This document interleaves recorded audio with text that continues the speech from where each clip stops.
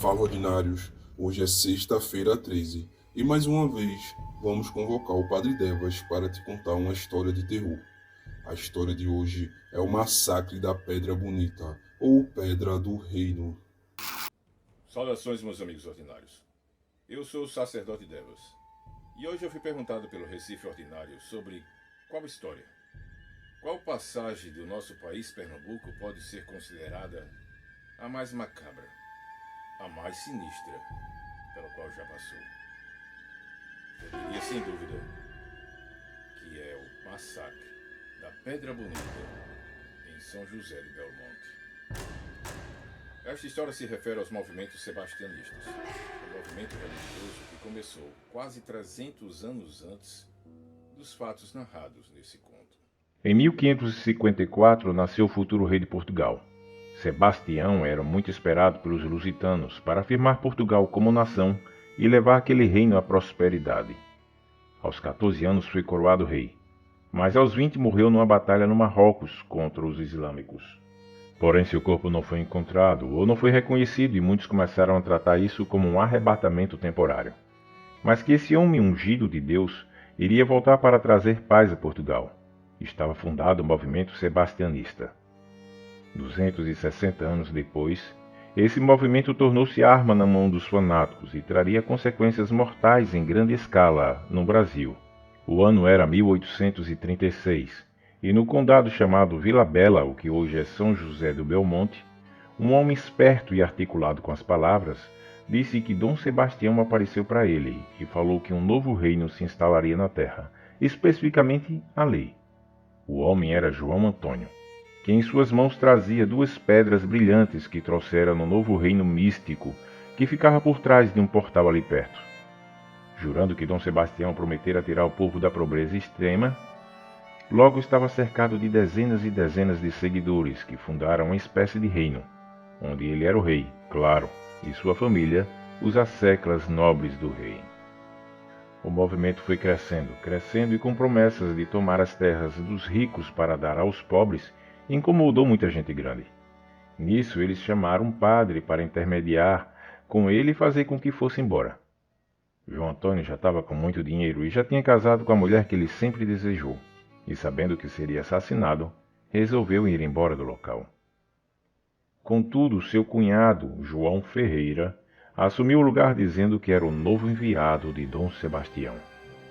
Também era persuasivo, mas diziam que ele falava com o invisível e que também tinham gestos e movimentos perturbadores que davam medo, como se tivesse possuído.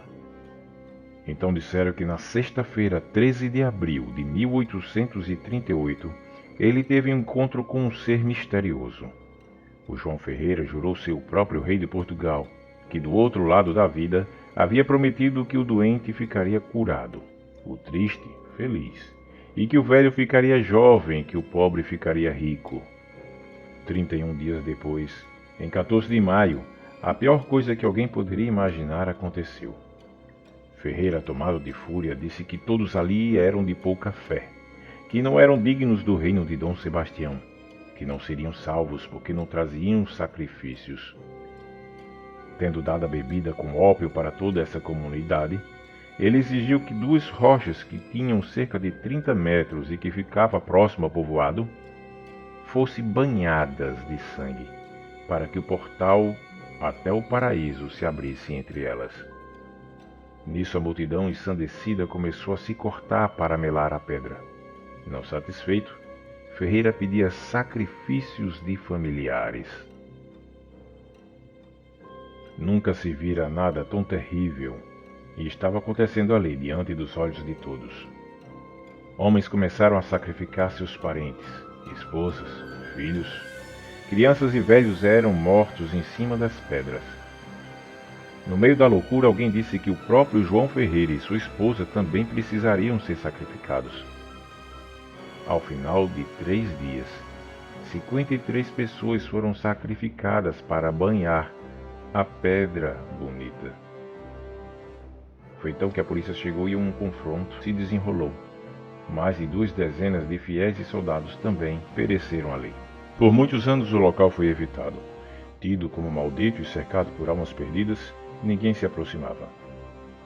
Então padres começaram a ser enviados para rezar no local, e assim reverter aquela sensação de que as próprias portas do inferno teriam sido abertas naquelas pedras chamadas de Pedra Bonita.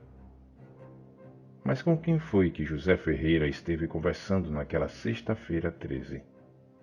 O que o ser misterioso prometera a ele?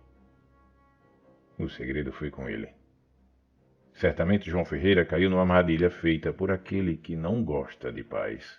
Isto serve para vermos que todo extremismo causa confrontos, perturbações, dores e sangue. As atitudes moderadas são as mais inteligentes. E ouvir com racionalidade é o que faz os seres humanos diferente de outros seres. Pratique.